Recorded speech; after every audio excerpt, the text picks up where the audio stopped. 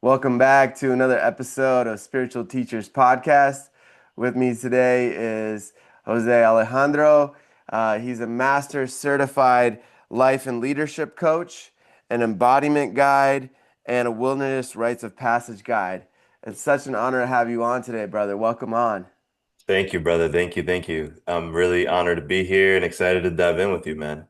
Thank you, man. I'm excited too, bro. So, some of the topics we're potentially going to cover is the power of men's work, conscious heart-led business, and initiations and rites of passage. Uh-huh. So, kind of how we start the podcast off traditionally is if you could share your awakening journey, how everything kind of started for you, and then we can go from there. Yeah, yeah. Beautiful, man. I'm excited to share and I'll give the high level. I think best place to start is really, right now I'm in Puerto Rico. I was born and raised here, and I moved to New Jersey for about 20 years. And what moved me to Jersey was my parents' first divorce. And I say Mm, first because it was about three. The last one was 4 months after I moved out of my house. And that was maybe at the age of 25. And the reason I share that is because it's really a reflection of my journey of trying to fit in, of figuring out where I belong, of getting my bachelor's in psychology to try to fix my parents and understand their mind and really be the savior and the parentified child of the family. hmm So that's kind of um, living in Puerto Rico. I was a very adventurous kid, asked a lot of questions, was very curious, always um, wondering how some things worked and why decisions were made. And I think my father had more patience when it came to those questions, but he was also caught up in his own world. So I don't know if it was patience or just like kind of unbothered. And my mom was a little bit more anxious. So I think I got that duality of anxiety and I think repression and depression from both of my parents. hmm And it got a little bit chaotic around the age of 4 or 5. My parents started to get into a lot of fights, and as a kid, I just remember wanting to spend as much time with my grandparents as possible to get the fuck away from it. Yeah. And that led to them separating. My mom took me to the States, and I started coming to Puerto Rico over the summers, and already within a couple years, kind of feeling the, you know, the the messages of like you're no longer from here energy, right? Okay. My parents got back together, and then that was so we lived in PA. Then they got back together, and from the age of like 8 to like 15, 16, I was coming to Puerto Rico every summer and spending time with my grandparents, and that was like. I was bored out of my mind for the most part, being at my grandparents' house. But the reason I did it was just so much chaos in my household between my hmm parents whenever they were together. Yeah. And, just honoring them because they did the best they could. And obviously, I've done a lot of work with them individually and together. But the truth is that I was just trying to escape my house as much as possible. And at the same time, every time I traveled to PR, like I said, the years went by and I tried to lose my accent when I lived in Jersey just because I was getting made fun of for having an accent over there. And then I would come to Puerto Rico and then I would get made fun of for, no longer being from the island. So hmm it was like this never fitting in energy, Yeah. which now I really appreciate because it helps me become a bridge for my community. But at that time, it was just frustrating, and there was a little bit of resent for just like everywhere I was at, and that kind of repeated itself in high school. So in high school, I remember I got accepted into like we call them magnet schools. They're like you get accepted, and it's like higher education, like kind of like AP classes and all of that stuff. hmm And that was like a community high school. So I remember, being from Elizabeth, Roselle, New Jersey, kind of like closer to Newark, right? Yeah, for it- those people that don't know, that's kind of a rougher part of New Jersey. yeah, exactly. So, mostly black and brown kids, Latino kids that I would hang out with. My best friends were Colombian and black. Um, And I remember going to high school and feeling the same way because all the other, New Jersey is very diverse. So then all the other towns that would come in, I was one of three, I guess, boys of color in high school. Hmm. And that was, again, like that Kanye West at that time was one of my favorite artists because it was kind of like polos and backpack energy at school. And it was too much for, the kids at school, too much to not hood enough for the kids in my neighborhood. Yeah. So, it was just very interesting how it just continued to be this in between worlds energy for me. Um, I can totally relate to that, brother. I was born in Russia and then I would go back in the summers to be with my grandparents and life was a little chaotic with my parents. So, yeah, I never felt like I really fit in America because I was a Russian kid out here and then over there I was like the American kid, you know? So, yeah, it's a really it's an interesting place to be at that time because you're right. figuring yourself out. I was figuring myself out, you know, I was trying to figure out where I fit in, what, who to hang out with. Like there wasn't many other Russian kids at school, so I can totally relate. Yeah, Yeah, yeah. I mean, it's a common thing, and also it feels very uncommon when you're in the midst of it, right? You're for like, sure. Yeah. so I mean that was the case, and then I think the roughest part of my childhood was really between the ages of 11 and 15. Hmm. My parents were in there's just a lot of chaos at home. My mom had a lot of anxiety, my father a lot of resentment, and I just became a parentified child. Like I honestly became my father's therapist. He would vent, with me outside of the arguments, and then my mom. It was just like I became a very empathetic, attuned child because I was paying attention to how she would drop the keys to figure out like what kind of situation I was getting into that day. Mm. And then that drew me to psychology. I always wanted to be a doctor when I was a kid. It was like I was always teaching, I was always like helping, I was always like when I grow up, I want to buy a house for my entire family and I want to be a doctor so I can help everyone heal and all this stuff.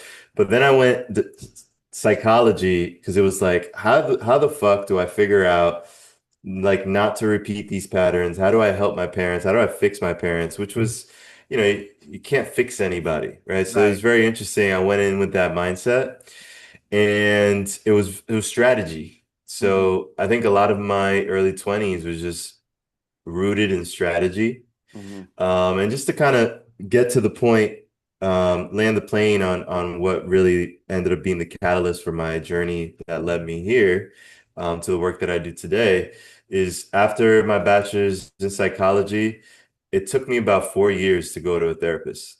Mm. So it's like I believed in therapy. I understood what it was for. I understood the mind. I had all the language, right?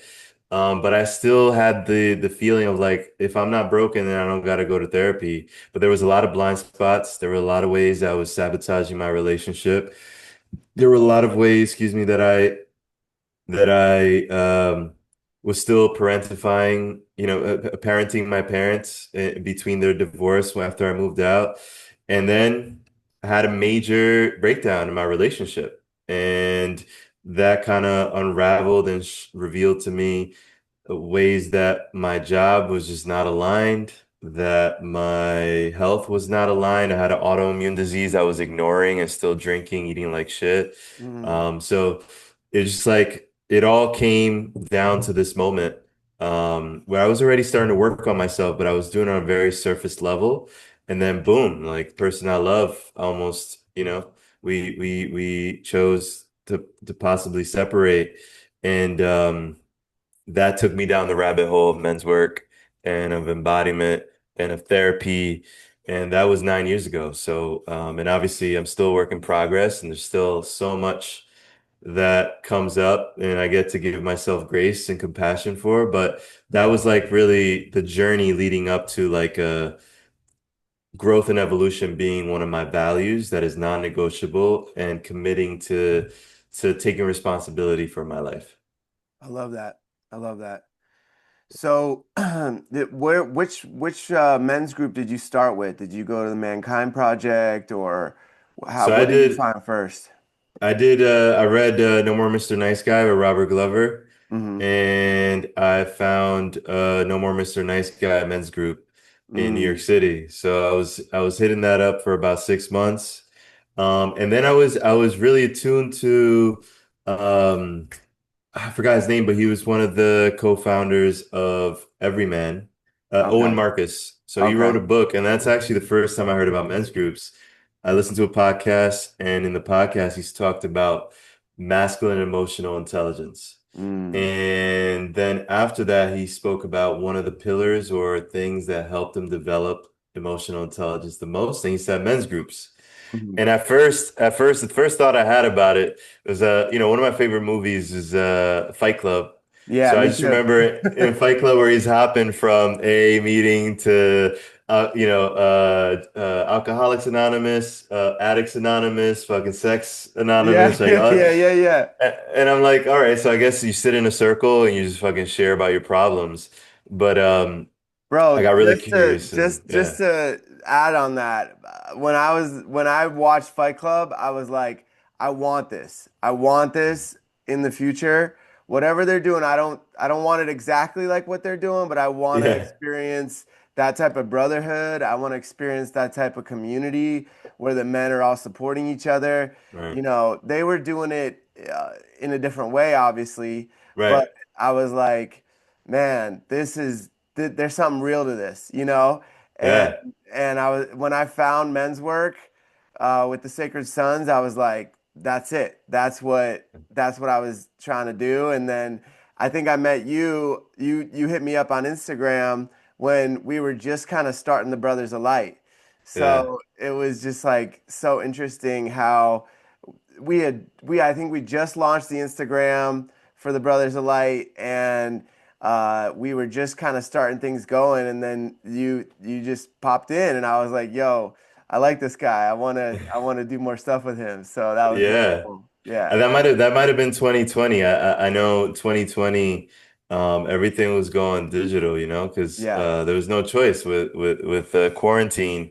I was trying to connect with as many guys in the space as possible, and I remember, yeah, man, not to go too deep into it, but we had a men's event in 2019, December of 2019, we had like 90 men, and we're really starting to pick up the events. I mean, the event was just so exciting, and it was such a like, you know, um, an inspiration for what was to come. And then Hmm. that March after, we had filled up the retreat after that event. We had like a 15-man retreat upstate New York. And I remember that weekend we came out of the retreat and quarantine, like New York City, it was like kicked off. And we had to go online, like it was I think it really created a shift because more people got to see. I don't know if you feel this way, but I think with the quarantine in general, um, I think more people started talking about emotional intelligence, talking about mental health and the impacts of being indoors and not being connected in community. And I think that then led to more people being part of men's groups, and then that led to, I think, a lot of men's coaches and men's groups, besides the ones that, are already pretty established before then, are from guys that really dove in deep from like 2020 to the last couple of years. For And sure. yeah, man, I'm really happy for how many men are diving into men's work since the time that you and I connected, because there's a lot Yeah. more men's groups out Oh now doing yeah. their thing. Yeah. Yeah, it's such important work. It's such important work, and you know, there's definitely a power in doing it online, and there's for me it's even more powerful to be in person because then you can like support men in other ways that you can't online. You know, Right.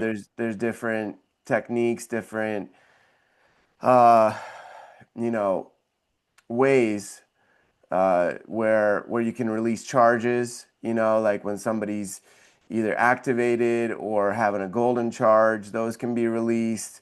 That's harder to do online, you know? Yeah, yeah. Even as simple as like feeling the energy of another man when you're like sharing, right? Yeah. There's a co-regulation that's happening. Hmm. Like one of the most simple things that really like shifted so much for me was doing a daily check-in. Where's my mind? Where's my body? Where's my heart? What am I feeling? What am I thinking? And I know like even there's a difference. We always check in whether online or in person, but there's a difference. Like, I've felt a difference and I've witnessed a difference. And when men check in on how they feel and they feel the presence of other men, just um, not just seeing them as they speak, but also feeling and noticing maybe in their body and in their expression the correlated thing that they just described. Like there's just so many layers to being in person. I agree, man. That just allows you, and that's what allowed me to learn more about embodiment. I mean, going to men's groups in person and then getting invited to a retreat, and then Hmm. at the retreat experiencing a somatic release, or experiencing a hand on my back, or experiencing a hug, or experiencing breath work, experiencing different things that oftentimes online limits the ability to experience. Yeah, growing up, it makes me think about growing up. It was like you don't hug your boys. You don't have any physical contact. You might do a little dab here and just kind of, yo, what's up? But it's not like heart to heart. I never Right, really felt that connection, and I was always a more intuitive guy, just like in middle school and stuff, people would be like, "Are you into guys?" And I'm like, "No, I've always been into women." I'm like, "Yo, what do you mean?" I couldn't understand why people felt that way about me, and it was only until later on in my life where I was like, I'm just more intuitive, I'm more tapped in. I remember one of my friends being like, "You're either street smart or you're book smart." And I was like, "Bro, I'm both." Because I can feel what you're saying. I have the street smarts. I can sense my environment, right? I can sense when there's danger or whatever. And I can also do well in school and I can understand the stuff that's in the books, and I realize that not everybody has that. Not every man, not every woman has that, and it's a gift. Later yeah, on I realized it was a gift. And it also made me think while you were sharing, it made me think about how, the first couple of times I showed up to men's groups, there would be like one or two guys. I would never have met him, right? But I would feel something. I'd be like, "Yo, who is this guy? Why is he like staring at me? Why is he acting that way?" And like, and it was really interesting because it's always something inside myself, right? right, And it was like, okay, I need to figure this out. And men's work really helped me like dive into that and realize that that guy that I'm feeling something from maybe going through something, or he may be like trying to put on a mask or try to be tougher than he, like put on that tough kind of, and I'm whatever, right? And yeah, and and it just made me realize like I really enjoy being around guys that are real, like right, that are authentic, that aren't putting on masks, that aren't trying to be something that they're not, and now I surround myself with men like that call me forward, that really are there to that really care basically, about what is happening in my life. I care about what's happening in their life, and we're there to like genuinely support each other. And I don't, I've had, in college and high school, I had a couple of close boys, but I believe that in this, with that type of level of awareness, the depth of the friendships and the connections and like being able to have those difficult conversation, being like, "Yo, how are you talking to your son?" Or like, "How are you, like that's not in alignment," and those kind of conversations most people would be afraid to have with their friends because they may be like, yo, who are you to tell me? But in that space, that's invited and that's appreciated, you know? Yeah, yeah, yeah. It reminds me of I love that share, and it reminds me of um one of my mentors said vulnerability over time equals depth of connection, right? And to Yeah. me, it's to put vulnerability into an equation sounds bizarre, but to me, it makes complete sense. It's like, the more vulnerability there is, the less time is needed for more depth of connection, right? Hmm. Because and the less vulnerability there is, usually the more time is required in order to feel connected to somebody. But even then, like I've known guys for a while, that and not blaming it on them. I'll take responsibility as well. Like guys for a while that we just keep it at the same level of vulnerability. We don't go that deep. Hmm. And even after a long time, the relationship doesn't actually, there's no deeper connection that's created. And then guys that, this, you go into a men's group or a men's weekend, and sometimes like you connect with guys, and just the depth that you go to the level of depth that you reach during that weekend, these guys become like friends for life. I mean, you feel like you've Yeah. known them for fucking years because Yeah. there's just so much that's revealed, so much that was held, so much that was witnessed, so much trust that was built in just removing the mask and, like you said, keeping it real, and it's fucking scary, man. I still have trouble being vulnerable. Hmm. I still got to remind myself, like, whenever I'm going through an initiatory period and whenever I'm doing really well, like, I need to remind myself, bro, reach out to these guys and check in, ask them how Hmm. they're doing. Because Hmm. otherwise, for me, it is a practice skill because otherwise my default is to isolate Hmm. and try to figure it out on my own, try to endure, try to like power through. Yeah. And it's never healthy, and it's never as powerful as sharing it with other men. Absolutely, absolutely. I mean, those kind of retreats and those kind of gatherings where there's men with intention coming there to be better, to heal, to release, right? Like I remember one of the more powerful weekends was when I came to your retreat in New Jersey with Mm. Voy, and I remember you guys put up the big punching bag, right? Like, and you're like, just let it out as hard as you can, and I just went for it, bro, and I just and like I felt you feel it, like Yeah, there was like this bomb that blew up as I hit it, yeah, and I was just like, wow, something big just released, and like there's so many men that hold so much anger inside, right? And there's not that many spaces to release that in a healthy way, you right, know? And so, out here in Vegas, we intentionally go into that space and try to activate something in the men so that can come out so it's not coming out in unhealthy ways throughout their life with their partners, with their family, with whoever, right? And yeah, that was really powerful. And then there was, a weekend that we threw, the Brothers of Light weekend, where, we had 12 different facilitators from sound baths to cacao to hape ceremony to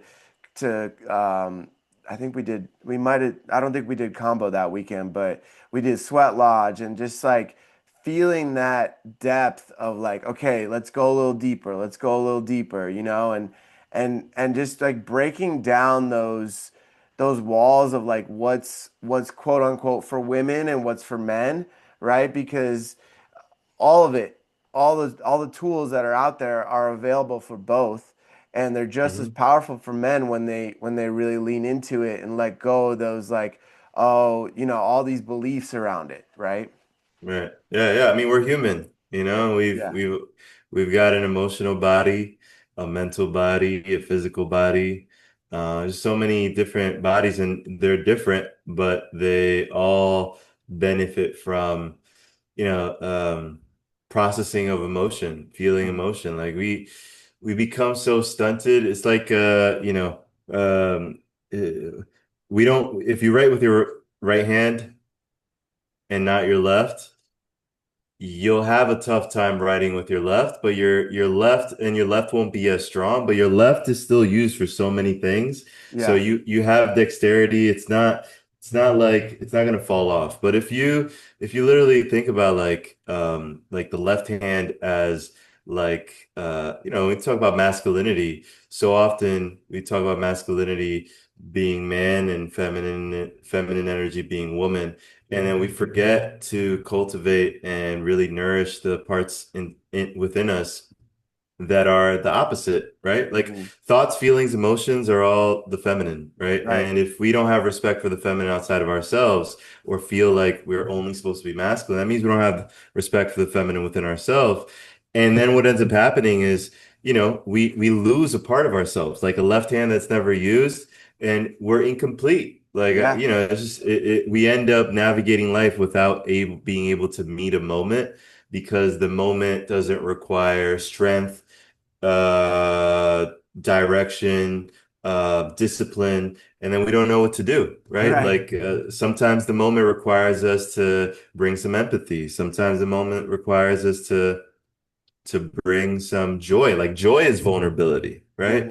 Hmm. Hmm. So often that's the other piece, with men's groups is, and I don't think all men's groups are built the same, but one thing I'm really an advocate for, especially in our containers, is really teaching and letting men feel um, the full gamut of emotions fully, which includes happiness, which includes excitement, which includes joy.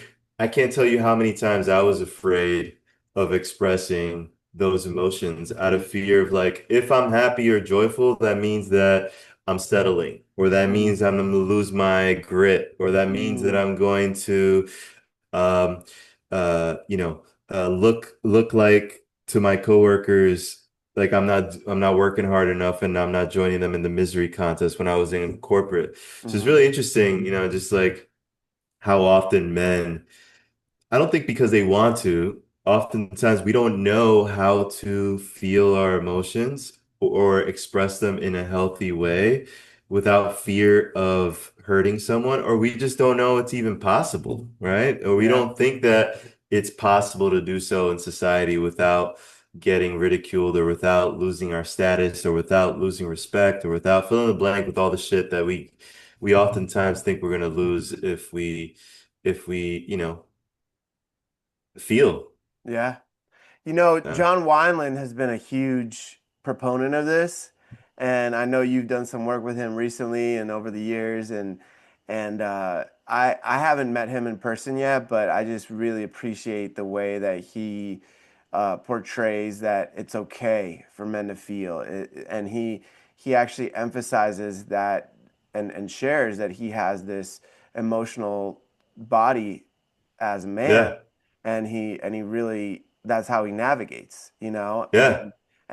he's one of those people that kind of made it gave the education for other men to be like, oh, okay, now it kind of clicked in for me where I was like, okay, that's why those guys in middle school were like, yo, are you gay? Are you into guys? And I'm like, Yeah. and so it all clicked in that moment where it was like, okay, we're actually some men navigate from their emotions and they're more intuitive and they're just more tapped into that feminine side, and a lot of men aren't, and so it's important to bring that back online and to become that full picture of the yin yang inside each Yeah. one of us, because like you said, it changes the way we relate with the feminine, with the women in our life. Yeah. Yeah. And I mean, you hit the nail on the head. I mean, John is one of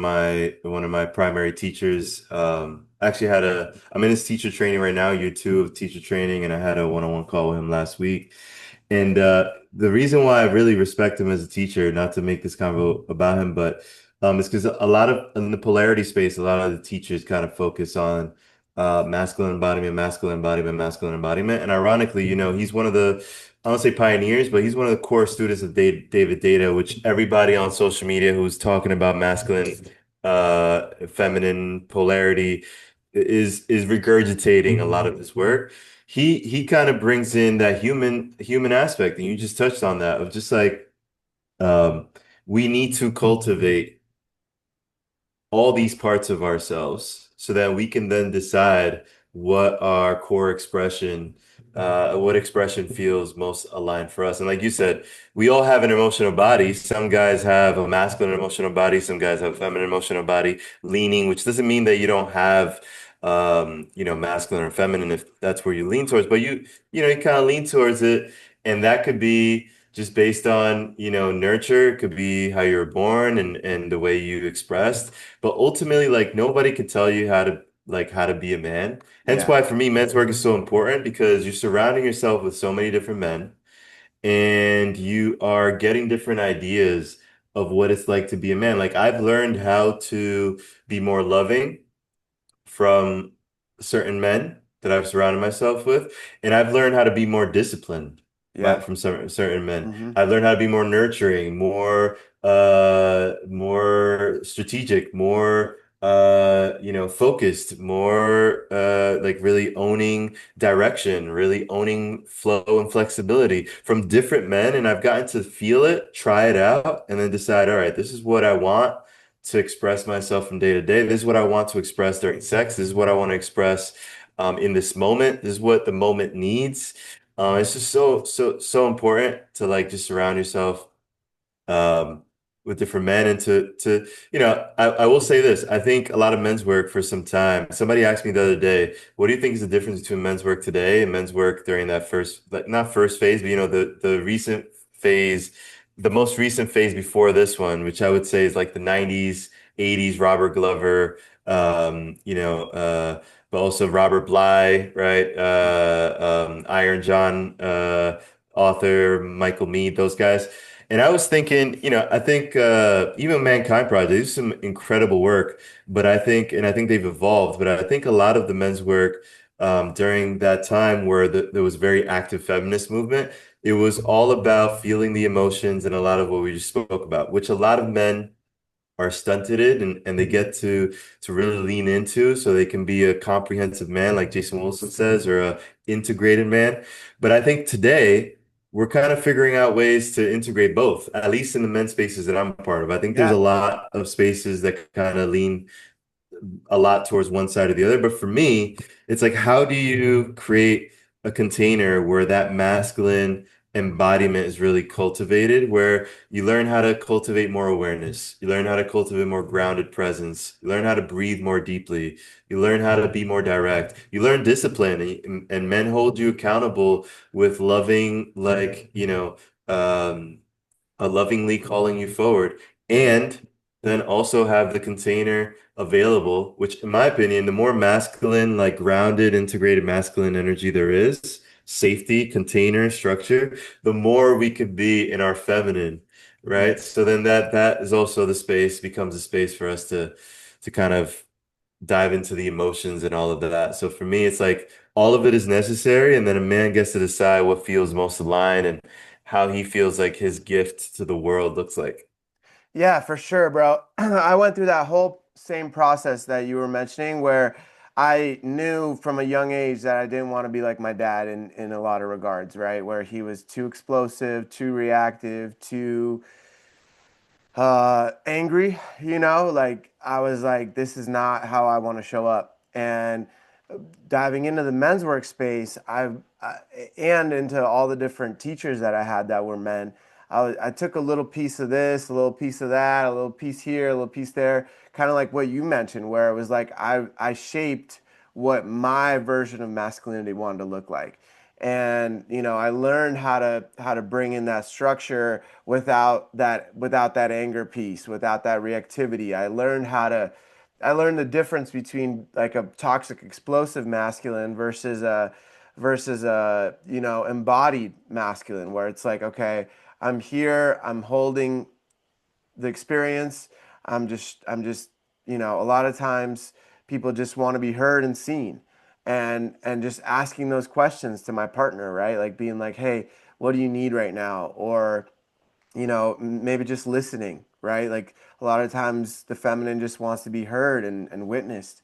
And so, just learning those other sides that are much more healthy than the way that I saw growing up, right? Yeah. And yeah, that was really powerful. And I think this is a great bridge to talk about how important it is for young men to have these initiations and rites of passage because, you know, at least for me, there was nothing like that around when I was a Right. teenager, when I was growing up. At least not that I knew of or had access to, and I think that it's really powerful what you guys are doing with the wilderness embodiment, right? And going into it, and it seems like you guys have taken aspects of Vision Quest, Yeah. right? Which is what Native American traditions follow, and kind of created your own version of that. Hmm. Where, yeah, maybe you can speak a little more into that. Yeah, well, I mean, I love that you brought this up, man. Initiations is one of my favorite topics, not just in the realm of rites of passage, but just in the realm of like a man becoming initiating into a new evolution of his vision, of his life, of his leadership.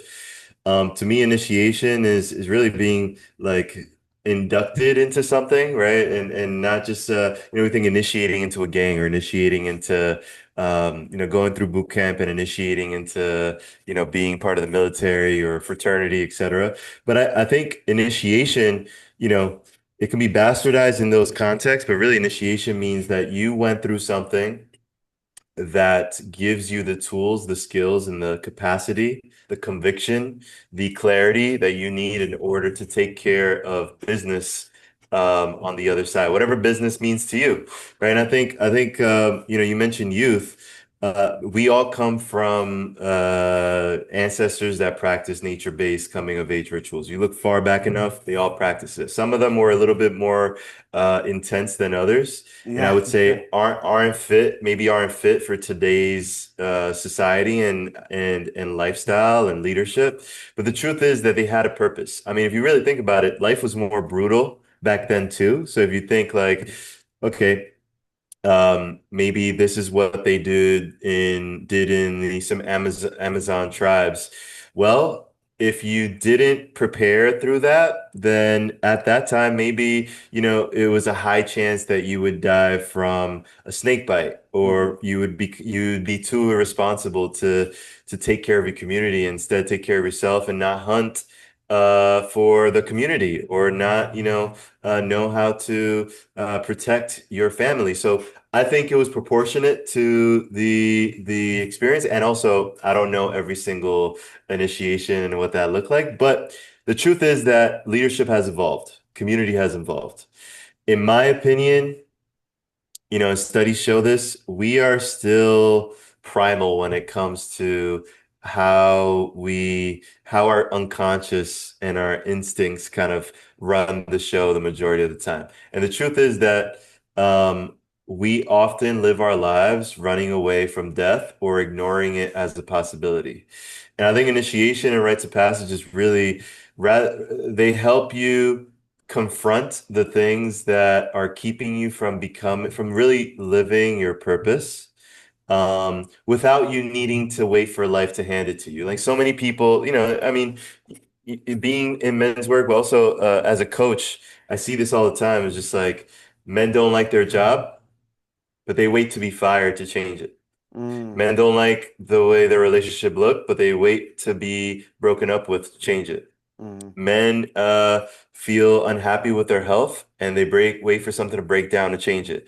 It's like driving. If you drunk drive often, you'll get into an accident, and that accident, it could be a life-changing moment, or it could be a moment that you like, fuck it, at least I survived. Let's keep doing what we were doing. And mm, initiatory rites of passages are all about creating the conditions for clarity, the conditions for you to meet your strengths and your weaknesses and humble yourself.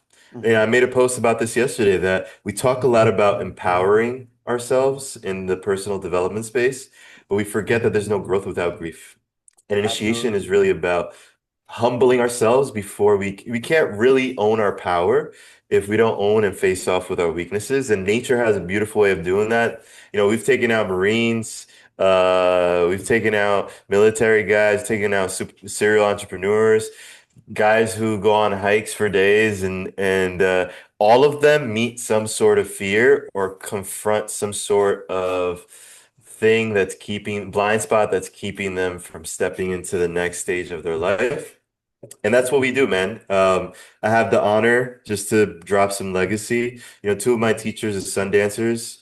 And my other teacher just comes from a lineage of rites of passage that really bridges together psychology, shadow work, Jungian psychology, all of those elements with really just the traditional pieces of wilderness initiations. And then what one of the guys that I did the apprenticeship with and is a close friend, um, he kind of weaved in the men's work aspect, right? Hmm. So I think Mankind Project does something similar with men's work involved. So what we do is we bridge men's work, leadership coaching and training with just the ancestral teachings of a rite of passage. And that's not to say that you need to do something like this in order to become a man, because I'm big on also calling forward when guys are like, you need to do this to become a man or become the man that I tell you to be. There's a lot of that. Hmm. I think initiation is necessary.